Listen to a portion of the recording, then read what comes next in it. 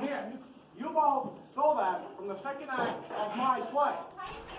In 2018, a group of drama students acted in Arsenic and Old Lace,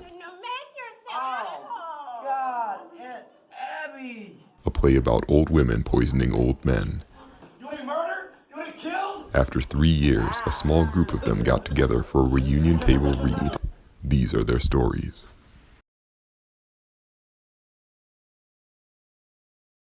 I literally I popped it into my PS4 one day and watched it. Oh, you watched the full thing? Yeah. I've never been able to sit through it. Really? Is it that bad? No, it's just the only 2-hour movie I've sat through is Avengers and Transformers. What? Wow. That's There's sad. no way your attention span's that bad. I think Transformers is like the only 2-hour movie that I haven't sat through. Speaking of the devil, Yo. Looks good. What's going on, guys? Dang, Dylan's in here What's up, now. buddy? Dylan? How you doing, bro? I'm doing good. How are you? How are all you? Great. Very good. Good. Nice. Bro, you want to see something fucking crazy? Look at this shit. I'm gonna show Oh, you. I'm gonna show you something psychotic. Them is books, bro. You got books in I your got apartment? Books in here, bro. Wow. Why was I like reading through the script and like reading through the first act, and when it came to that part where he's like, my chapter on Thoreau, I was like, how do you say that? I couldn't remember how to say Thoreau, so I was just sitting there. I was like, my chapter on Thoreau or Thoreau. I couldn't remember. I can remember like all the freaking movement, which with all these lines. I can remember all the movements that Hulk enforced that I Yes. denied. Can't believe 2 years has passed already. 2. Bro, it's been, what have it been? 3? Yeah, 3. we have the wonderful. Oh, shoot! I typed out an entire introduction. Let me find it. The story takes place in September of 1941 in the Brewster home in Brooklyn, New York. The home is just as Victorian as the two sisters, Abby and Martha Brewster, who occupy the house with their nephew Teddy. In the living room, there is a staircase leading to the upper floor, a door that leads down to the cellar, and to the far end of the room, a window, and under it, a wide chest, affectionately referred to as the window seat. Let's take a look at our cast.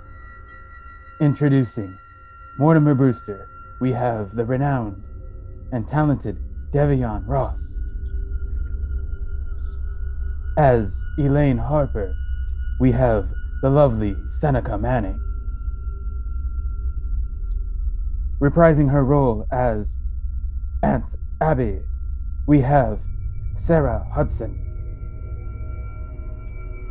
And reading in for Martha Brewster, we have the regaled Kelsey Taylor. Performing his work as Jonathan Brewster, we have the brilliant Ben Linares. And a genius at his work, he specializes in plastic surgery and alcoholism, Dr. Einstein, read by the sensational Josiah Edwards. By day, he's a cop. By night, he's a cop. But you better hold on until you hear his plot, read by the gifted Daniel Serrato, Officer O'Hara. Act 2, Brewster Living Room. Mortimer Brewster has just demanded that his brother Jonathan, along with Dr. Einstein, leave after tonight. Jonathan and Dr. Einstein go upstairs to pack their things as they plan to sleep in the living room. Abby, Martha, Mortimer, and Elaine remain downstairs. We open the scene. Mortimer, What's the matter with you, dear? I've almost been killed. You almost been... Abby! Martha! No, it was Jonathan. He mistook her for a sneak thief. No, it was more than that. He's some kind of maniac. Mortimer, I'm afraid of him. But darling, you're trembling. Have you got any smelling salts? No, but do you think some hot tea or coffee? Coffee. Make some for me too. And some sandwiches. I haven't had any We'll, dinner. we'll make something for both of you. Abby takes off her hat and gloves and places them on sideboard. Martha, we can leave our hats down here now. You weren't going out somewhere, were you? You know what time it is? It's after 12. 12! Elaine, you've got to go home. What? Why, you wanted some sandwiches for the both of you. It won't take a minute. Why? Don't you remember? We wanted to celebrate your engagement. That's what we'll do, dear. We'll make a nice supper for the both of you. The two aunts exit to the kitchen. All right. No wine. Mortimer, what's going on in this house? What do you mean? What's going on in this house? Well, you were supposed to take me to dinner and the theater tonight. You called it off. You asked me to marry you. I said I would, and 5 minutes later you threw me out of the house. Tonight, just after your brother tries to strangle me, you want to chase me home. Now listen, Mr. Brewster, before I go home, I want to know where I stand. Do you love me? I love you very much, Elaine. In fact, I love you so much, I can't marry you. Have you suddenly gone crazy? I don't think so, but it's just a matter of time. You see, insanity runs in my family and practically gallops. But that's why I can't marry you, dear. Well, now wait a minute. You've got to do better than that. No, dear, there's a strange taint in the Brewster blood. If you really knew my family, it's what you'd expect if Strindberg had written Hell's a Poppin'. Now, just because Teddy is a little... No, it goes way back. Like the first Brewster, the one who came over on the Mayflower. You know, in those days, the Indians used to scalp the settlers. He used to scalp the Indians. Mortimer, that's ancient history. No, the whole family. He rises and points to a picture of grandfather. Take my grandfather. He tried his patent medicines out on dead people to be sure he wouldn't kill them. He wasn't crazy. He made $1 million. And then there's Jonathan. You just said yourself that he tried to kill you. But he's your brother, not you. And I'm in love with you. And then there's Teddy, too. You know Teddy. He thinks he's Roosevelt. No, dear, no Brewster should marry. I realize now that if I'd met my father in time, I would have stopped him. Now, darling, all of this doesn't prove you're crazy. Look at your aunts. They're Brewsters, aren't they? And they're the sanest, sweetest people I've ever met. Mortimer crosses to the window seat, speaking as he goes. Well, even they have their peculiarities. Yes, but what lovely peculiarities. Kindness, generosity, human sympathy. Mortimer sees Elaine's back is to him. He lifts window seat to take a peek and sees Mr. Spinalzo instead of Mr. Hoskins. He puts window seat down and staggers away. There's another one. Oh, Mortimer, there are plenty of others. You can't tell me anything about your aunts. I'm not going to. Look, Elaine, you've got to go home, okay? Something very important has just come up. Up? From where? We're here alone together. I know I'm acting irrationally, but just put it down to the fact that I'm a mad Brewster. If you think you're going to get out of this by pretending you're insane, you're crazy. Maybe you're not going to marry me, but I'm going to marry you. I love you, you dope. Well, if you love me, would you get the hell out of here? Well, at least take me home, won't you? I'm afraid. Afraid? Of a little walk through the cemetery? Elaine begins to exit, then, changing tactics, turns to Mortimer. Mortimer, will you kiss me goodnight? Of course, dear. What Mortimer plans to be a desultory peck, Elaine turns into a production number. Still, he comes out of it with no less of poise. Good night, dear. I'll call you in a day or two. You critic! She exits and slams the door. Mortimer looks at the door helplessly, then turns and stalks to the kitchen door. Aunt Abby? Aunt Martha? Come in here. We'll be in a minute, dear. Come in here now. He moves and stands next to window seat. Abby enters from kitchen. Yes, dear. What is it? Where's Elaine? I thought you promised me not to let anyone in this house while I was gone. Well, Jonathan just walked in. I don't mean Jonathan.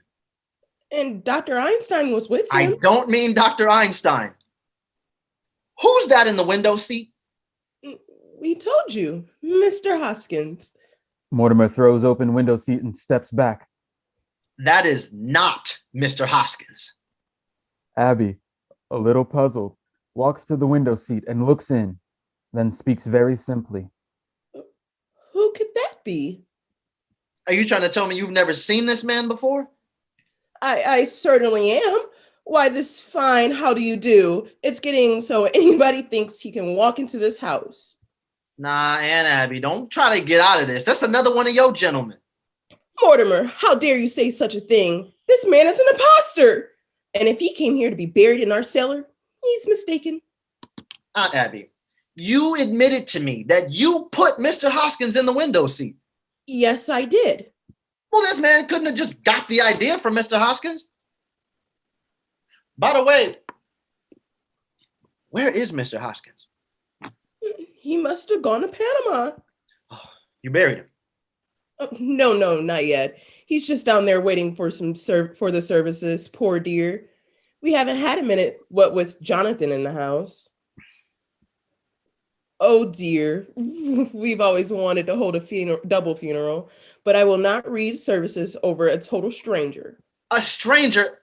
Aunt Abby, how can I believe you? There are 12 men in the cellar and you admit you poisoned them.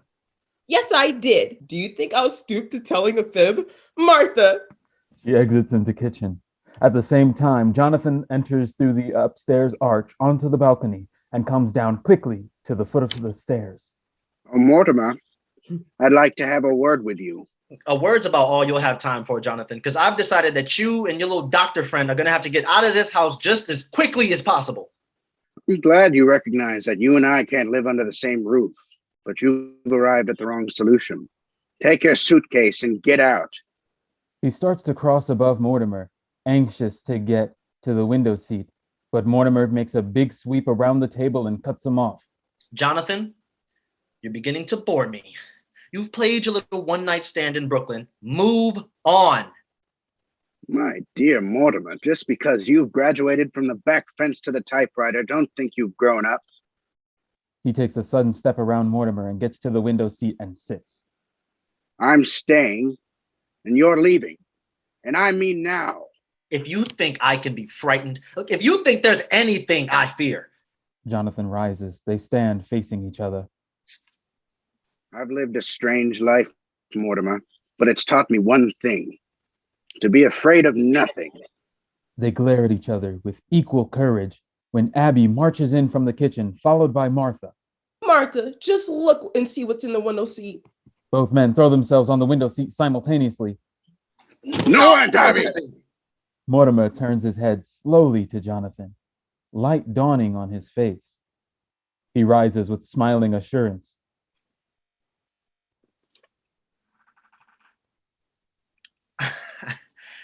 Jonathan, let Aunt Martha see what's in the window seat.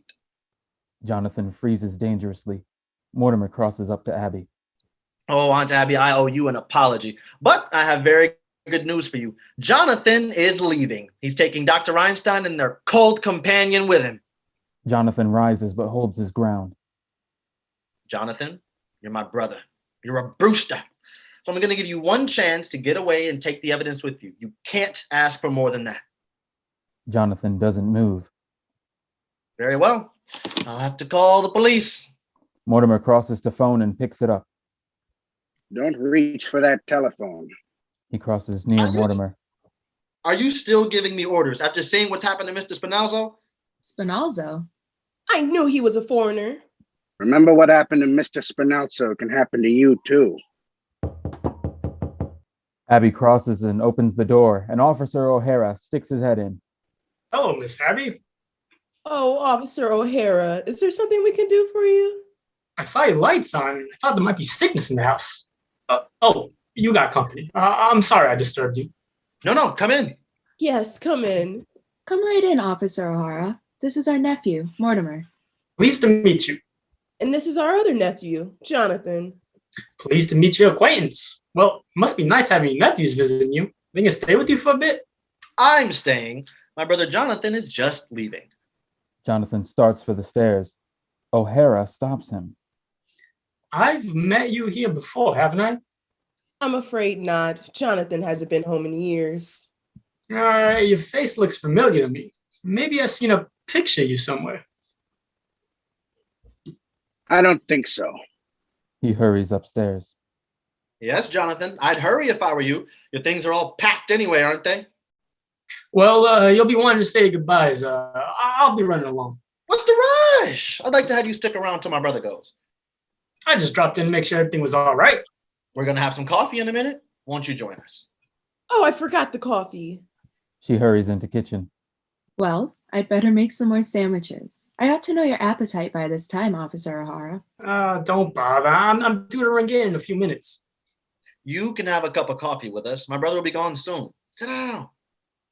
Say, ain't I seen a photograph of your brother around here someplace? I don't think so. He certainly reminds me of somebody. He looks like somebody you've probably seen in the movies. I never go to the movies. I hate them. My mother says the movies is a bastard art. Yeah, it's full of them. Your mother said that? Yeah, my mother. She was an actress, a stage actress. Perhaps you heard of her. Peaches Latour.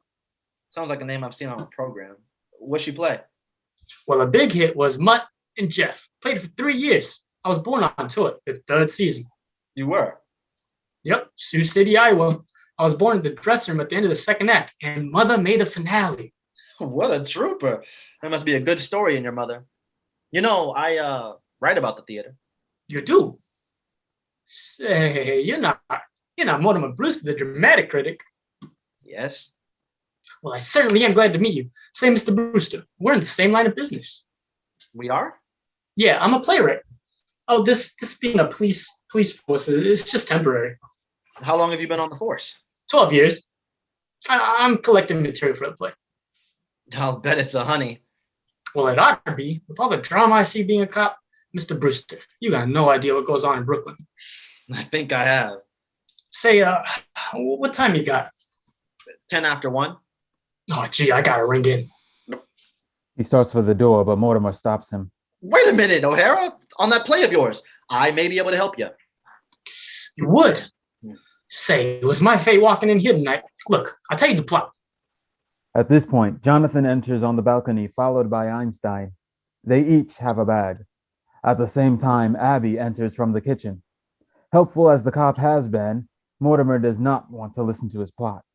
As he backs away from him, he speaks to Jonathan as they come down the stairs.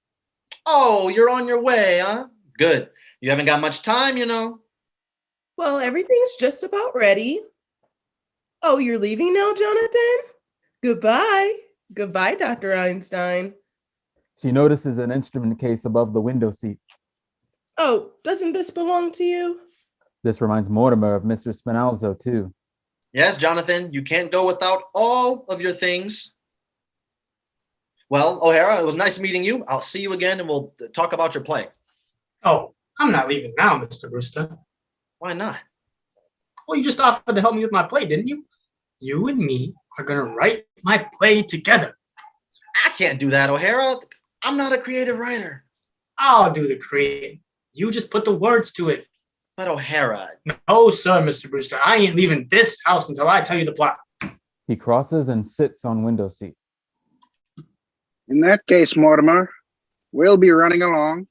Don't try that. You can't go yet. You've got to take everything with you, you know? He turns and sees O'Hara on window seat and runs to him. Look, O'Hara, you run along now, eh? My brother's, he's just going. I can wait. I've been waiting 12 years. Martha enters from kitchen with a tray of coffee and sandwiches. I'm sorry I was so long. Don't bring that in here. O'Hara, would you join us for a bite in the kitchen? The kitchen? Jonathan's leaving. Oh, well, that's nice. Come along, Officer O'Hara. She exits to kitchen. You sure you don't mind eating in the kitchen, Officer O'Hara? And where else would you eat? Goodbye, Jonathan. Nice to have seen you again. O'Hara exits to kitchen, followed by Abby. I'm glad you came back to Brooklyn, Jonathan, because it gives me a chance to throw you out. And the first one to go is your boyfriend, Mr. Spinalzo. O'Hara, sandwich in hand, enters from the kitchen. Look, Mr. Brewster, we can talk in here. You're coming right out. I might have known you'd grow up to write a play with a policeman. Yeah. Get going now, all three of you. He and O'Hara exit into the kitchen. Jonathan puts his bag down and crosses to the window seat. Doctor, this affair between my brother and me has got to be settled. Now, Johnny, we've got enough trouble. Your brother gives us a chance to get away. What more could you ask? No, you don't understand. This goes back a good many years. Now, Johnny, let's get going. We're not going. We're going to sleep right here tonight. With the cop in the kitchen and Mr. Spinalzo in the window seat? That's all he's got on us. We'll take Mr. Spinalzo down to the street and dump him in the bay and come right back here. Then, if he tries to interfere... Now, Johnny. Doctor, you know when I make up my mind. Yeah, when you make up your mind, you lose your head. Brooklyn ain't a good place for you. Doctor! Okay, we got to stick together. Someday we get stuck together. If we're coming back here, do we have to take these bags with us? No. Leave them here. Hide them in the cellar. Move fast. Einstein goes down the cellar with instrument case. Spinalzo can go out the same way he came in. As Jonathan lifts the window seat, Einstein comes back up from the cellar with some excitement. Hey, Johnny, come quick. What's the matter? You know that hole in the cellar? Yes. We got an ace in the hole. Come, I show you. They both exit into cellar. Mortimer enters from kitchen, sees their bags still there. He opens the window seat and sees Spinalzo. Then he puts his head out the window and yells, Jonathan! Jonathan! Jonathan comes through cellar door unnoticed by Mortimer and comes up behind him. Einstein comes to the middle of the room. Jonathan! Yes, Mortimer. Where have you two been? I thought I told you to get out. We're not going. Oh, you're not? You think I'm not serious about this? Okay. Do you want O'Hara to know about what's in the window seat? We're staying here. All right, you asked for it. This gets rid of you and Officer O'Hara at the same time. Officer O'Hara, come in here. If you tell O'Hara what's in the window seat, I'll tell him what's down in the cellar. The cellar? There's an elderly gentleman down there who seems to be very dead. What was you doing in the cellar? What's he doing down in the cellar? O'Hara can be heard from the kitchen. No, thanks, ma'am. They were fine. I've had plenty. Now, what are you going to say to O'Hara? O'Hara walks in from the kitchen. Say, Mr. Brewster, your aunts want to hear it too. Shall I get them in here? No, O'Hara, you can't do that now. You've got to ring in. Oh, the hell with ringing in. I'll get your aunts in here and I'll tell you the plot. No, O'Hara, not in front of all these people. We'll get together alone someplace later. How about the back room at Kelly's? Fine. You go ring in. I'll meet you at Kelly's. Why don't you two go down in the cellar? Oh, that's all right with me. Is this the cellar? No, we'll go to Kelly's, but you're going to go ring in on the way. All right. That'll only take a couple minutes. O'Hara leaves out the front door. Mortimer takes his hat and prepares to leave. I'll ditch this guy and be back in 5 minutes. I'll expect you to find you gone. Wait for me. He exits. We'll wait for him, Doctor. I've waited a great many years for a chance like this.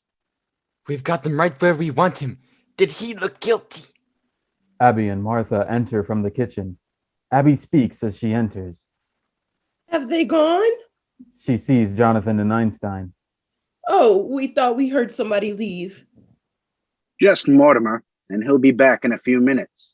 Is there any food left in the kitchen? I think Dr. Einstein and I would enjoy a bite. But you won't have time. No, if you're still here when Mortimer gets back, he won't like it. He'll like it. He's gotta like it. Get something for us to eat while we bury Mr. Spinalzo in the cellar. Oh no. He can't stay in our cellar. No, Jonathan, you've got to take him with you. There's a friend of Mortimer's downstairs waiting for him. A friend of Mortimer's. He and Spinalzo will get along fine together. They're both dead. They must mean Mr. Hoskins. Mr. Hoskins? You know about what's down there? Of course we do. And he's no friend of Mortimer's. He's one of our gentlemen. Your gentleman? And we won't have any strangers buried in our cellar. But Mr. Hoskins. Mr. Hoskins isn't a stranger. Besides, there's no room for Mr. Spinalzo. The cellar's crowded already. Crowded? With what? There's 12 graves down there. 12? Graves? And that leaves very little room, and we're going to need it. You mean you and Aunt Martha have murdered? Murdered? Certainly not. It's one of our charities. Why, what we've been doing is a mercy. So you can just take your Mr. Spinalzo out of here. You've done that here in this house, and you've buried them down there. Johnny, we've been chased all over the world. They stay right here in Brooklyn, and they do just as good as you do. What? You've got 12, and they've got 12. I've got 13. No, Johnny, 12. 13. There's Mr. Spinalzo, then the first one in London, 2 in Johannesburg, 1 in Sydney, 1 in Melbourne, 2 in San Francisco, 1 in Phoenix, Arizona. Phoenix? The filling station. The 3 in Chicago, and the 1 in South Bend. That makes 13.